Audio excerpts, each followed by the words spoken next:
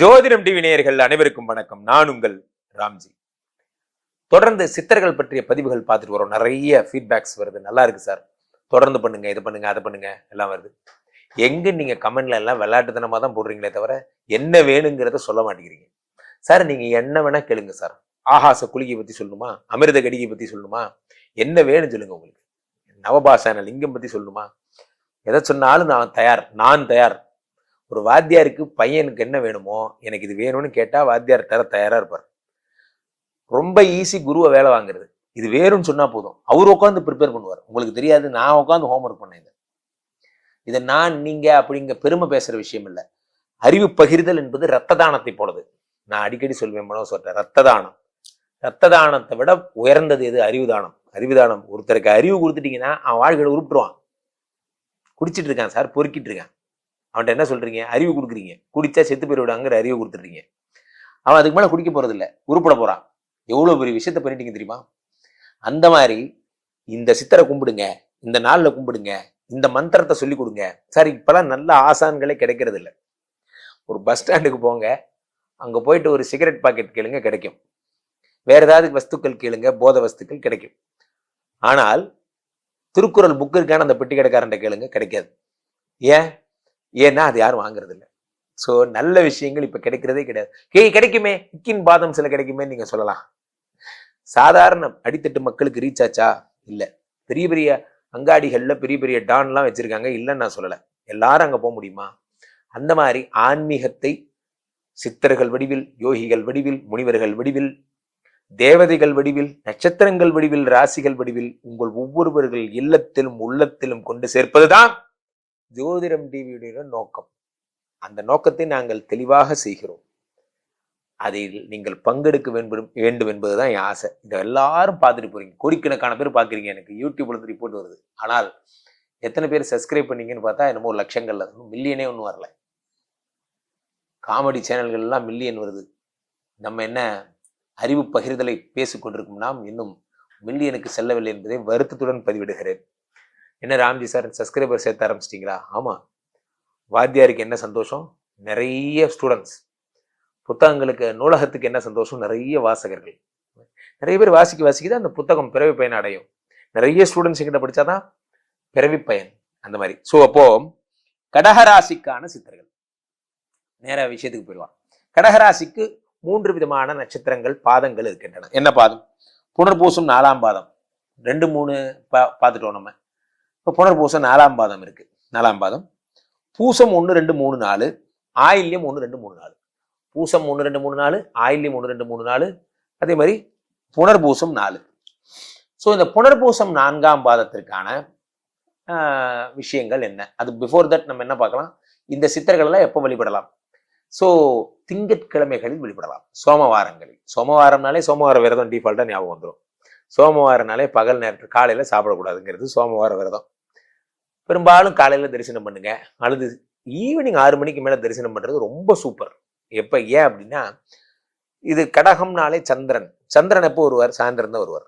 நிறைய பேர் கேட்பாங்க, சார் சோமமங்கலம் கோயில் காலையில 10 மணிக்கு போனோம் சார். காலையில 10 மணிக்கு ஏன் சார் போறீங்க?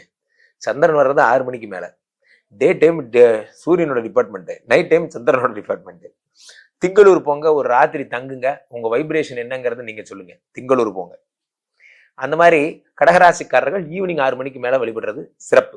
எந்த கலர் போட்டுக்கலாம்? வெள்ளை கலர் போட்டுக்கலாம். அதான் சந்திரன். தாமரை எடுத்துட்டு போய் படைக்கலாம். பெரும்பாலும் சித்தர்கள் பூக்கள், ஆபரணங்கள், அணிகலன்கள், ஊதுபத்தி, சாம்பிராணி இதெல்லாம் விரும்புறது இல்லை. ஜீவசமாதிகளுக்கு சென்றா கூட அங்க வழிபட்டுட்டு வரணும், அவ்வளவுதான். வேற எதுவும் பெரிய புரோட்டோகால்ஸ் எல்லாம் அங்க எதுவுமே கிடையாது. தியாயாமி, ஆவாகயாமி, ஆசனம் சமர்ப்பயாமி, அர்க்கியம் சமர்ப்பயாமி எல்லாம் கேட்கறது இல்லை. அங்க அவர்கள் இறைவனாக வீற்றிருக்கிறார்கள். மனித இறைவன். அதனால அவர்களுடைய புரோட்டோகால்ஸ் எல்லாம் டிஃப்ரெண்ட். அது நமக்கு தெரியாது, விட்டுருங்க. தெரியாத வேலையை செய்ய வேண்டாம். தெய்வத்தை கும்பிடுறதெல்லாம் வேற, சித்தர்களை வழிபடுறதெல்லாம் வேற. சித்தம் உங்களுக்கு என்ன சொல்லித்தராருன்னா, உட்காந்து தியானம் பண்ண சொல்றாரு. இவரது தியானத்தில் நீங்கள் பார்க்கலாம், இவருடைய மனசார நீங்க நினைக்கும் போது பார்க்கலாம். உங்களை யாரும் இங்க வேள்வி செய்ய சொல்ல, ஹோரே ஏப்யோ சகோரே ஏப்யோ கோர கோரதரே ஏப்யா சர்வே ஏப்யோ சர்வ சர்வே ஏப்யோ நமஸ்தே ருத்ரரூபே ஏப்யான்னு சித்தர் பயந்துருவார். அவர் உங்களை இப்படிலாம் சொல்லல. சித்தத்தை அடக்குங்கள்ங்கிறார். காமத்தை அடக்குங்கள், கோபத்தை அடக்குங்கள், சாந்தமா இருங்க. கடகராசிக்காரங்களுக்கு ஏன் அதை பர்டிகுலரா சொல்றேன்னா, சந்திரன் தான் ராசி நாயகன். சந்திரன் தான் உலகத்திலே ரொம்ப வேகமான ஆளு. சூரியன் கூட ஒரு ராசியிலேருந்து இன்னொரு ராசிக்கு போறதுக்கு 1 மாசம் ஆகும். ஆனா சந்திரன் 2.25 நாள்ல போயிடுவார். 2.25 நாள், அவ்வளவுதான். அவ்வளோ ஃபாஸ்ட் சந்திரன். மனோவேகம் மாருல்ய வேகம்னா அந்த மாதிரி சந்திரனுடைய வேகம் தான் கிரகங்கள்லேயே பெரிய வேகம். அப்போ கடகராசிக்காரங்களாம் பரபரன்னு இருப்பீங்க. உங்களால சும்மாவே இருக்க முடியாது. அவர்கள் இந்த சித்தர்களை கை பிடிச்சிக்கிட்டீங்கன்னா, ஒரு இருட்டுல ஒரு அரிக்கன் லேம்பு அல்லது ஒரு தீப்பந்தம் ஏந்திய ஒரு தாத்தா அவங்களை கூட்டிட்டு போறதா அப்படி கற்பனை பண்ணிக்கங்க. Just imagine. ஒரு தாத்தா வரார், உங்களை கை பிடிச்சிக்கிறார், ஒரு தீப்பந்தம் ஏற்றிட்டு ஒரு இருட்டில் கூட்டு வாடா, என் கூட வாடா, பேர பையில அப்படி கூட்டு போறாரு. நீங்க பின்னாடியே போறீங்க. இதை மட்டும் மைண்ட்ல வைங்க. இதுதான் கடகராசியுடைய சித்தர்கள். அப்படிப்பட்ட சித்தர்கள் யாரு? ஸோ கடகராசிக்கான சித்தர்கள் யாரு? ஸோ முதல்ல ராசி பாதங்கள் புனர்பூசம் 4ல இருந்து தானே ஆரம்பிக்கிறோம். ஸோ புனர்பூசம் 4 யாரு? தன்வந்திரி. தன்வந்திரி பத்தி நம்ம நிறைய பதிவுகளில் பார்த்துட்டோம். தன்வந்திரி உடம்பு நிலையை சரிப்படுவார். ஓம் தன்வந்திரி அமிர்த கலசஹஸ்தாய சர்வாமய விபூஷணாய, அது சொல்றோம் இல்லையா? அந்த தன்வந்திரி. ஸோ நிறைய டைம் ஆகிறதுனால நம்ம சித்தர்களை பத்தி பேசிடுவோம். ஸோ அமிர்த கலசஹஸ்தாயன்னு ஏன் நம்ம சொல்றோம்? ஓம் நமோ பகவதே தன்வந்தராய அமிர்த கலசஹஸ்தாய. அமிர்த கலசத்தை கையில ஏந்தியவர் தன்வந்திரி. அந்த மாதிரி இவர் அமிர்தத்தை கொண்டு வர்ற சித்தர். அது என்ன அமிர்தத்தை கொண்டு வர்றார் சார்? சாகா வரத்தை கொண்டு வருபவர் இந்த சித்தர் சார். சாகா வரத்தை. அப்போ இவரை ஃபாலோ பண்றவங்களுக்கு மரணம் என்பது இல்லை, மூப்பு என்பது இல்லை. ஸோ மூப்புன்னா என்ன? வயது முதிர்ந்த தன்மை என்பது இல்லை. ஸோ தன்வந்திரி வைத்தீஸ்வரன் கோயிலில் இவரை பார்க்கலாம். ஏற்கனவே சொல்லியிருக்கேன், அங்கே மட்டும்தான் இவருக்கு ஜீவசமாதி. இவருடைய மந்திரம் வழக்கம் போல நம்ம சித்தர்கள் மந்திரம் எப்படி ஆரம்பிக்கும்? ஷீம்ல ஆரம்பிக்கும் இல்லையா? ஓம் ஷீம் தம் ரீம் தம் ரீம் ஹ்ரீம் தன்வந்திரி சித்தரே நமஹா. சொல்லுங்க, தன்வந்திரி முனிவரே நமஹா, சித்தரே நமஹா. சித்தரே நமஹா கரெக்டா இருக்கும்.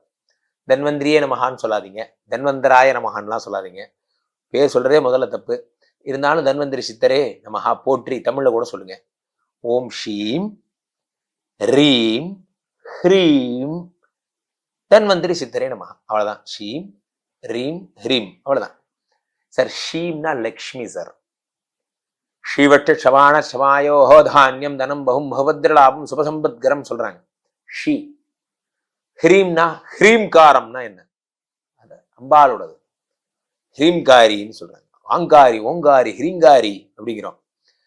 ஆங்காரி ஓங்காரிங்கிறது வேற. ஆங்காரினா கோபக்காரி, ஓங்காரினா ஓம்காரி. ஆனா ஹ்ரீம்காரினா என்ன? அங்கதான் நம்ம யோசிக்கணும். ஹ்ரீம்னா அது அம்பாளுடையது. அப்போ இவர் இது எல்லாத்தையும் கொண்டவர். ஓம் ஷீம் ரீம் ஹ்ரீம் தன்வந்திரி சித்திரை நமகா. அவ்வளவுதான். இதை 5ஆம் தேதி இந்த மாதிரி. ஸோ இவருக்கு 2ஆம் தேதி நீங்க பண்ணலாம். சந்திரனுக்கு ரொம்ப பிடிச்சது 5, 7. ஆனா பெரும்பாலும் நீங்க 2ல போறது நல்லது. 2ஆம் தேதி போகலாம், திங்கட்கிழமைகள்ல போகலாம். அதே மாதிரி நெல் தானியங்கள் அந்த மாதிரிலாம் நெல்லுல அங்க யாருக்காவது தானம் பண்றீங்க, யாராவது அந்த நிறைய பதிவுகளில் சொல்ற ஒற்றை கையேந்தியவர்கள் வந்தால் அவர்களுக்கு நீங்கள், உங்களுக்கு புரியலன்னா புரியுற மாதிரி சொல்றதுக்கு ஒரு வார்த்தை இருக்கு, அது எனக்கு சொல்ல விரும்பல. ஸோ உங்களிடம் இறந்து கேட்பவர்கள் அப்படி வேணா வச்சுக்கோங்க. ஸோ வேண்டி கேட்பவர் உங்கள்ட்ட இல்லாம கேட்குறாங்க, அவங்கள்ட்ட நீங்க நிறைய அவங்களுக்கு சாப்பாட்டுக்கு தேவையான ஏழை எளிய மக்கள், குடிசை பகுதி மக்களுக்கு கொடுக்கலாம் அந்த மாதிரி. ஸோ அதுக்கு அடுத்த பாதம் பூசம் 1, 2, 3, 4. சந்திரனா அரிசின்னு கூட தான் பண்ணிக்கோங்க. நெல்லை கொடுத்து இப்பெல்லாம் யாரு நெல் வாங்க போறா? அரிசி கொடுத்துக்குங்க. அரிசி மூட்டை, அரிசி தானம், அன்னதானம் கூட பண்ணலாம். அடுத்தது பூசம் 1, 2, 3, 4. நான் சொன்னேன் ஃபர்ஸ்டே சொல்லும்போது சொன்னேன், மச்சமுனி சொல்லும் போதே சொன்னேன், கமலமுனின்னு ஒருத்தர் இருக்காருன்னு. நம்ம சார் தான் கமலமுனி. அது என்ன நம்ம சார்? கமலமுனிங்கிறவர். கமலம்னா என்ன? கமலம்னா தாமரை. கமலே கமலே கமலாலயே சொல்ல ஸ்ரீ விபூத்தியே சொல்றாங்க. மகாலட்சுமியே நமஹா சொல்லுவாங்க.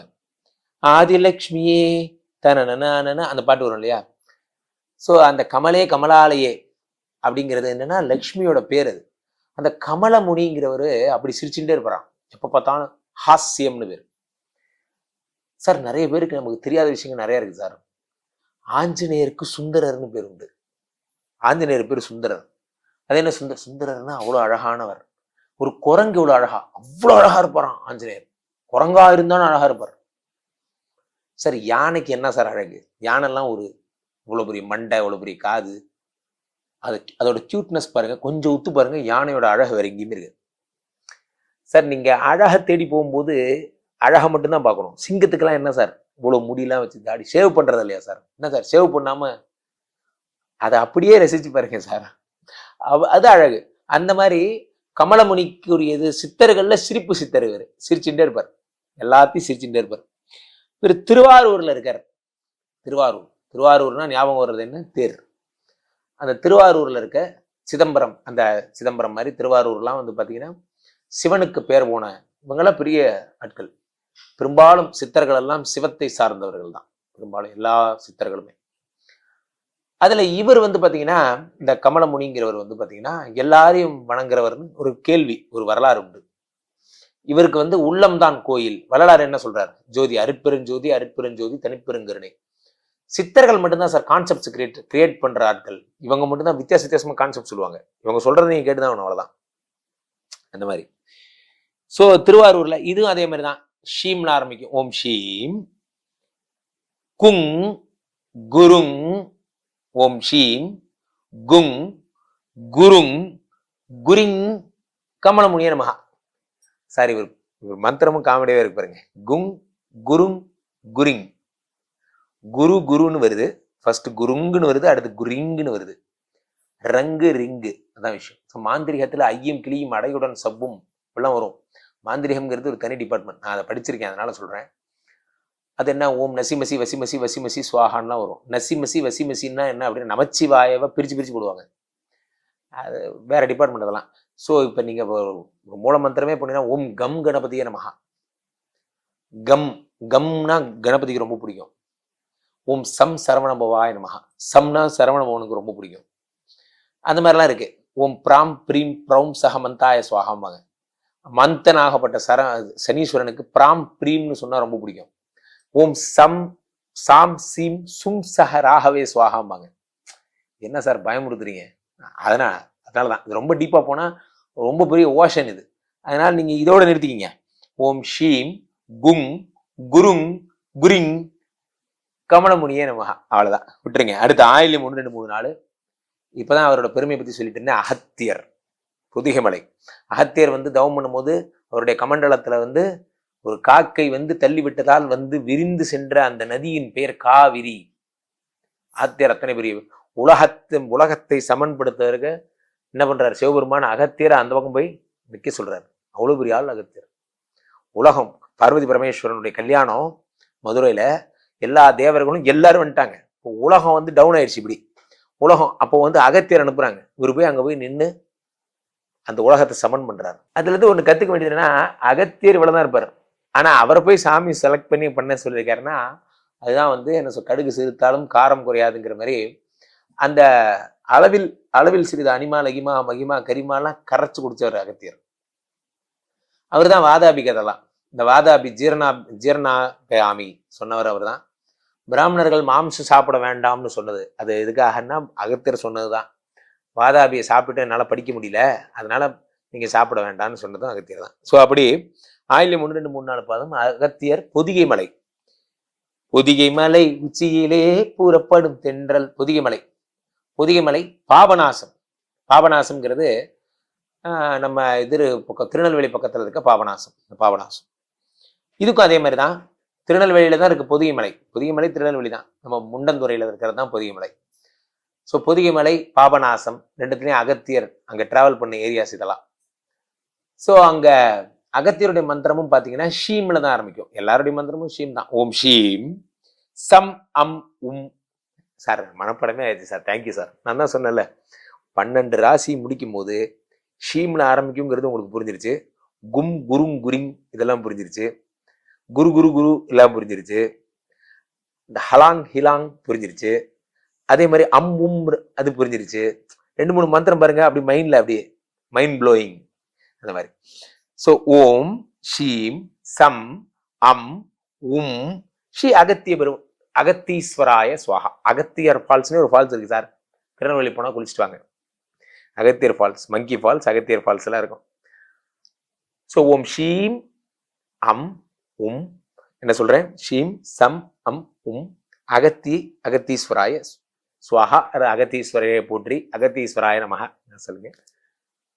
இவர்களை நினையுங்கள். அகத்திய பெருமான் கண்ணுக்கு தெரிவார், கமல முனிவர் கண்ணுக்கு தெரிவார், தன்வந்திரி கண்ணுக்கு தெரிவார். ஸோ நீங்க எல்லாம் திங்கக்கிழமைகள் வழிபடுங்க, சந்திர பகவானை வழிபடுங்க, முத்து கல்ல நவரத்தன கற்களாக முத்து போட்டுக்கோங்க, வெள்ளை கலர் ட்ரெஸ் போடுங்க, அரிசி தானியம் அன்னதானம் பண்ணுங்க, எல்லா விதமான வெற்றிகளும் உங்களுக்கு கிடைக்கும். சந்திரனுடைய ஸ்தலமாகப்பட்ட நம்மளுடைய சோமமங்கலம் அல்லது திங்களூருக்கு சென்று இவர்களை வேண்டுங்கள். உங்க கண்ணு முன்னாடி வருவாங்க. நான் சொன்ன பழைய கான்செப்ட் தான். ஒரு தாத்தா கையை பிடிச்சு இருட்டில் கூட்டிட்டு போவார், அவங்க முன்னாடி கூட்டிட்டு போவார், அவர் பின்னாடி நடந்து போறது மட்டும்தான் அவங்க வேலை. இவர்களை வணங்குங்கள், வந்து விடுவார். என்னை சந்திக்க, என்னிடம் ஜாதகம் பார்க்கணும்னு ஆசைப்படுறவங்க 7305345131 9790903167 கீழே போயிட்டு இருக்க நம்பர். இந்த நம்பர்ல அப்பாயின்மெண்ட் வாங்கிட்டு ஜாதகம் பார்த்து கொள்ளலாம்.